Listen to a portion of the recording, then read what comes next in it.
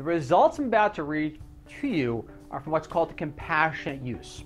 These were individuals who had malaria, which all other treatments had failed, and this was their last resort. And the results were just astounding.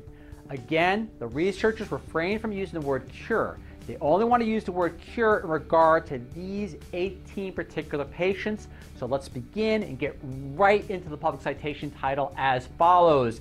Patients with drug-resistant malaria cured by plant therapy. Tablets made from dried leaves of the Artemisia annua plant cured 18 critically ill patients in a Congo clinic. The results suggest a new and inexpensive treatment option for the mosquito-borne disease that affects 212 million people worldwide. I know a lot of you are going to say, well, there's already a drug that contains Artemisia annua.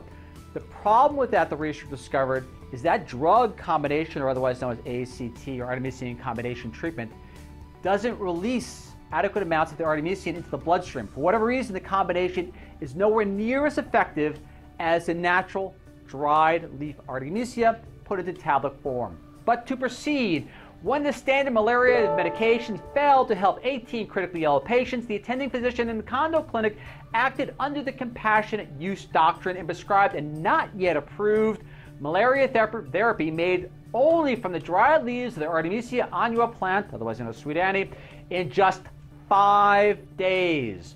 All 18 people fully recovered. The small but stunningly successful trial offers hope to address the growing problem of drug-resistant malaria. The 18 patients, range in age from 14 months to 60 years, did not respond to standard ACT treatment, or artemisinin combination therapy, and all lapsed in severe malaria defined by symptoms that can include loss of consciousness, respiratory distress, convulsions, and pulmonary edema. One patient, the 5-year-old child, became comatose. All were then treated with intravenously administered artesunate, another drug, the frontline medication for severe malaria, but again showed no improvement. I'm going to go right into study parameters because the results are fascinating, so it deserves to look at the part, or I should say the whole as opposed to the part. Begin. Citation title: Artemisia annua dried leaf tablets treated malaria resistant to ACT and IV. ACT is the drug therapy. Artesunate case reports. This is a case report. Again, this is not actually a drug trial. This is just fascinating, the positive results from this Compassionate Use Act. Author contributions are as follows. I can't find any funding, a COI. It seems like what they want to do is just basically take the methods that they use to grow the Artemisia annua and manufacture these tablets and actually donate it to, I guess, Africans for Africa for Africans, or Africans for Africans, I should say. Study participants, 100 initially, afterwards, 18 in this particular trial where all drug treatments failed. Study length, just 5 days. Again, these people were on their deathbeds. Dosage of materials, patients were given a dose of a half a gram of DLA, otherwise dried leaf artemisia, twice daily for 5 days. You could read as further as follows. Source, as we said, was nothing more than dried leaf artemisia.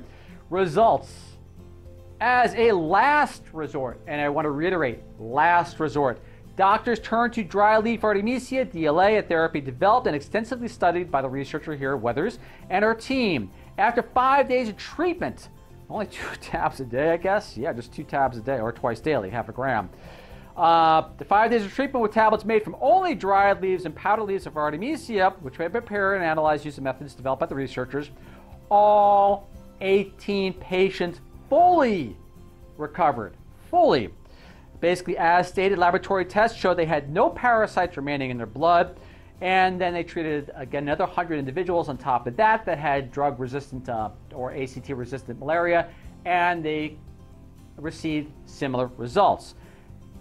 To quote the researchers, these 18 patients were dying. So to see 100% recovery, even the child who lapsed into a coma, was just amazing. It's a small study, but the results are powerful. Meaning the researchers said, hey, look what happened here. We had incredible results. Let's move this to basically further clinical trials to see if we can confirm the results that we see in the small 18 case reports. And to proceed as follows, there was a major critique from the scientific community, and they were concerned that basically, well, Artemisia annua, it will basically develop some sort of drug resistance, or malaria will develop a resistance to it fairly rapidly. the scientific community sometimes can result in regard to, or should say, it can be victim of groupthink or a little bit of confirmation bias. The researchers that presented the research in regard to Artemisia annua did a pretty good job of covering all those bases if the community as a whole actually wants to look into the detail of their past research going as far back as 2011, and to Weathers herself, she did this research for over 25 years. To proceed, they said, quote, if this drug is used as a first-line treatment, it is very likely that the parasite would eventually become resistant to the drug.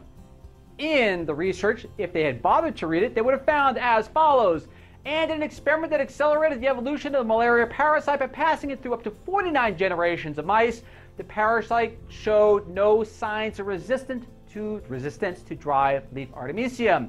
And to further prove their point, why does the dry leaf artemisia work so much better than the drug, or the synthesized drug, so to say? The researchers hypothesized the following.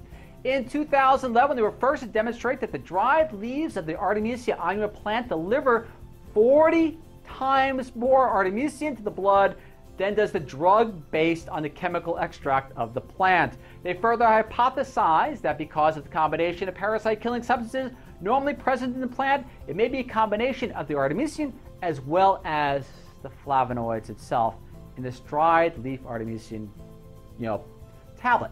Now, I want to say tablet because there are dried leaf artemisian forms in liquid. In tea form, they found that there was nowhere as near as effective as the dried leaf tablet that they've developed on their own. Extremely, extremely positive. Needs to be further confirmed, hopefully soon, because again, it affects a huge part of this globe and is a major, major burden on many different economies throughout this planet. Again, I want to take a little side trip as opposed to basically doing the vitamins and nutrients and so on and so forth. This is important research that deserves note, and hopefully they're just doing a simple video as this. It makes the right people aware of basically very promising, yet to be proven through other independent research in regard to solving this global burden itself. Again, Ralph Turchiano, signing off. My speech was getting a little convoluted there, but then again, just the same. And I look forward, as always, to seeing you all again in 7 days. DOI, citation, everything else is listed. If you want to go into it a little further on your own, please do. Catch you all in a bit. Thank you.